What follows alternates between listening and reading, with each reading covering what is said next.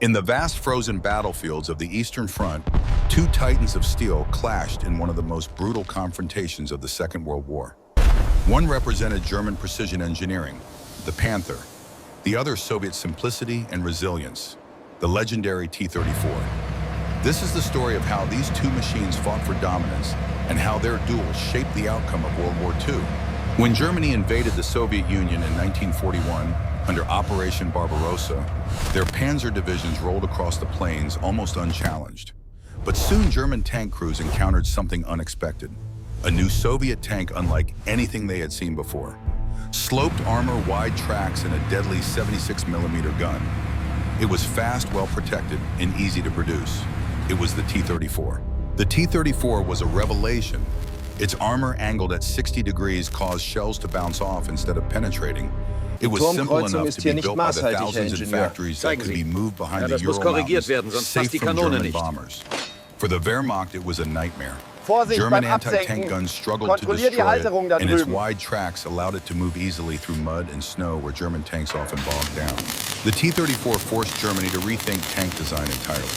In 1942, German engineers were ordered to create a new medium tank that could defeat it. Something powerful, fast, and well-armored, but still cheaper than the heavy Tiger. The result was the Panzerkampfwagen 5 Panther. The Panther was a masterpiece of design. It had 80mm sloped frontal armor that could deflect almost any Soviet shell. It carried the long-barreled 75mm KWK-42 L-70 gun, capable of piercing a T-34 from over 1,500 meters. Its suspension system allowed smooth movement even over rough terrain, and its optics were among the best in the world. On paper, the Panther was everything the Germans needed. But when the Panther first appeared at the Battle of Kursk in 1943, things didn't go as planned. Mechanical problems plagued the new tank. Faulty engines, unreliable transmissions, and fuel leaks. Many Panthers broke down before even reaching the front lines. Yet when they worked, they were deadly. A single Panther could destroy multiple T-34s before they even got close. The Battle of Kursk became the largest tank battle in history, with over 6,000 tanks engaged on both sides. The Panther's gun outranged most Soviet weapons, but the T-34s had numbers, mobility, and simplicity on their side. While German crews struggled with overheating engines and jammed turrets, Soviet tankers repaired their vehicles in the field within hours. The T-34's greatest weapon wasn't its gun or armor, it was production. The Soviets could lose 10 tanks and replace them within days. The Germans couldn't afford to lose even one Panther without months of replacement time. Inside the Panther, the crew operated in relative comfort. It had better optics, radio communication, and precise aiming systems.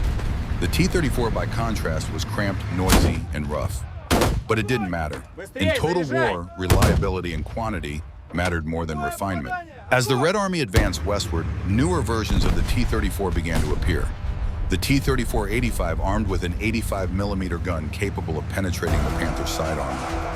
It wasn't as precise, but it was enough. Soviet tactics emphasized swarm attacks, multiple T-34s overwhelming a single German position from several directions supported by infantry and artillery. By 1940, the Panther had become Germany's main battle tank, replacing many older models. It was a powerful machine, but expensive, costing nearly 3 times as much as a T-34. I need more torque. Its engine required high-grade fuel, and its complexity made it difficult to maintain in the harsh conditions of the Eastern Front. The Soviets, on the other hand, continued mass production of the T-34, turning out thousands every month from factories that worked day and night. In direct combat, a well-handled Panther could easily destroy several T-34s. Its gun was accurate, its armor formidable, and its crew visibility excellent. But as the war dragged on, it became clear that Germany could not win through superior design alone. The Soviets had mastered the art of logistics, using trains to move entire armored divisions and repair units across the vast front in record time. By 1945, the Red Army fielded over 50,000 T-34s. Germany, with its economy collapsing and its factories bombed, could only produce a few thousand Panthers. Even the best tank cannot win when it is outnumbered 10-1. After the war, the T-34 became one of the most influential tanks in history. It served in over 30 countries and remained in use for decades. The Panther, on the other hand, inspired the design of post-war tanks like the Leopard and even influenced Soviet models. but very few Panthers survived the end of the war intact. The duel between the Panther and the T-34 was more than a contest of machines. It was a clash of philosophies. The Germans believed in perfection, precision, and power. The Soviets believed in simplicity, speed, and mass production. Both approaches had their merits, but in the chaos of total war, it was the side that could build, move, and replace faster that prevailed.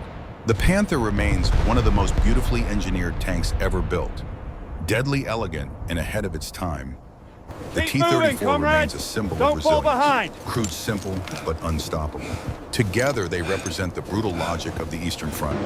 Quality versus quantity, design versus practicality, pride versus endurance. In the end, it wasn't the tank with the thicker armor or the longer gun that won. It was the one that kept coming back. The Panther was a masterpiece, but the T-34 was a miracle of production.